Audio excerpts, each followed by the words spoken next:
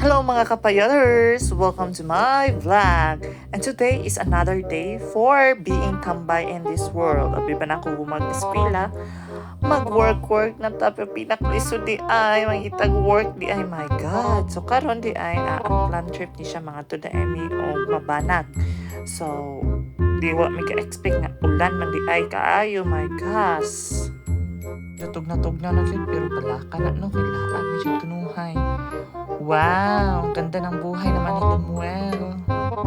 So ayun na nga mga kapayaters, naabot na gid mi sa among final destination. And why pagdugay-dugay, magkayak-kayak na may magyamong ni. So first and foremost, mo na ni, gasugod na. Mura po kong kabalo mo salong kunuhay ani no. Pero di na ko siya kitsagit pa, minawag ninyo, wait lang. Oh my God!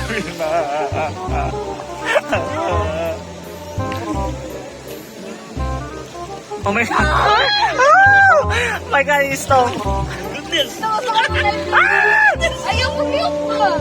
Oh, we're kayaking. Oh my God! Oh my God! Oh! Rima, what happened to the earth? It's a protection, man. Wow! Oh my God, we're in the bridge now.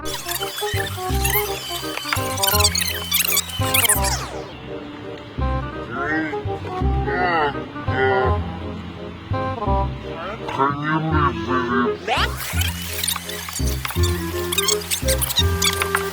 Hey, go, Rima, go.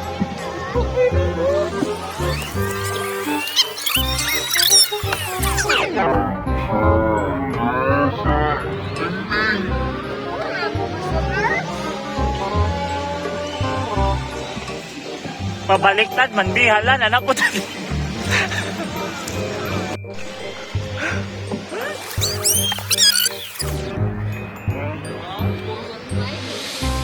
Oh, we're in the garbage truck. Murag wa na yun nakaya sa akong fighting spirit ba? So hinaog na lang ko kay murag di na yun carry lagi.